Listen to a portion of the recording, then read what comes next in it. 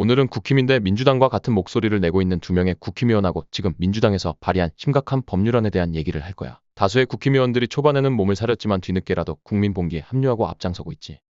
그나마 다행이란 생각이야. 아직도 혼연일체 무대포 따라가려면 멀지만 말이야. 그런데 대놓고 민주당과 결을 같이 하는 의원 두 명이 있어. 김상욱 국힘의원하고 전북특별자치도의회 이수진 비례의원. 김상욱 국민의힘 의원은 윤석열 대통령의 탄핵 심판과 관련하여 언론에 출연해서 이런 말을 하고 있어. 특히 좌파 쪽 언론에서 환영받고 있지.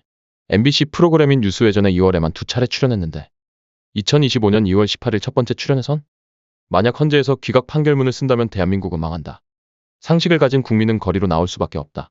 수백만 군중이 나오면 경찰이 막을 수 없고 그때는 준 전시 상태라고 계엄을 선포할 수밖에 없을 것이라고 전망했어. 그쪽 무리들이 기각되면 민주노총, 중국인 등 총동원령 내려서 난장판 만들 계획이 있다는 의미로 해석되는데 어떻게 생각해? 두 번째 출연은 바로 일주일 뒤 2025년 2월 25일 대통령 마지막 변론일이었어. 자신을 소신을 지킬 뿐이고 외롭지만 오름을 추구함에 있어 대가는 치러야 한다. 는 궤변을 늘어놨어.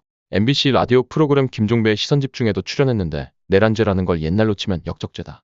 윤 대통령이 내란죄가 확정되면 그걸 배출한 정당은 헌정질서를 부인한 거기 때문에 위헌 정당이 될 수 있다는 망언까지 한자야. 또한 탄핵이 기각될 경우 윤 대통령이 다시 비상계엄을 선포할 가능성을 언급하며 대한민국은 망한다. 법률가로서 탄핵 기각 결정문은 절대 못 쓴다면서 탄핵이 돼야 한다는 입장을 강하게 표출하고 있어. 국민의힘 의원들이 국민을 선동해서 더 갈등을 심화시키고 있다고 평하고 있어.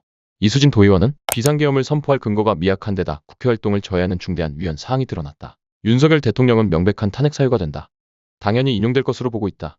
윤석열 대통령과 국민의힘이 탄핵 선고에 대해 승복하겠다고 명확하게 말해야 국민 통합이 이뤄진다. 고 강조하고 있어.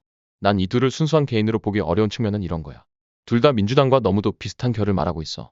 지금 국회에는 민주당 의원들이 똑같은 내용으로 법률안을 이미 발의해놨어. 윤 대통령 선거 앞두고 민주당이 발의하는 아주 의심 가는 세 가지 법이야. 정당법 일부 개정 법률안 즉 쉽게 말하면 내란당 해산법이야. 윤 대통령은 탄핵 인용 결정되면 당의 핵심 주도 세력이라 할 대통령이 내란죄를 저질렀으니 그에 상응한 책임을 지는 것이 정당의 당연한 책무이므로 국민의힘은 내란당이 되고 해산시켜야 됨. 그리고 가장 먼저 있는 선거에 후보자를 낼 수 없다는 내용의 법이야. 대통령 조기 대선을 염두에 둔 법률안으로 해석되는 부분이지. 또 다른 하나는 집회 시위에 관한 법률 일부 개정 법률안 즉 문영배 보호법이지. 문영배 재판관 근처에서 시위 못하도록 하겠다는 거야.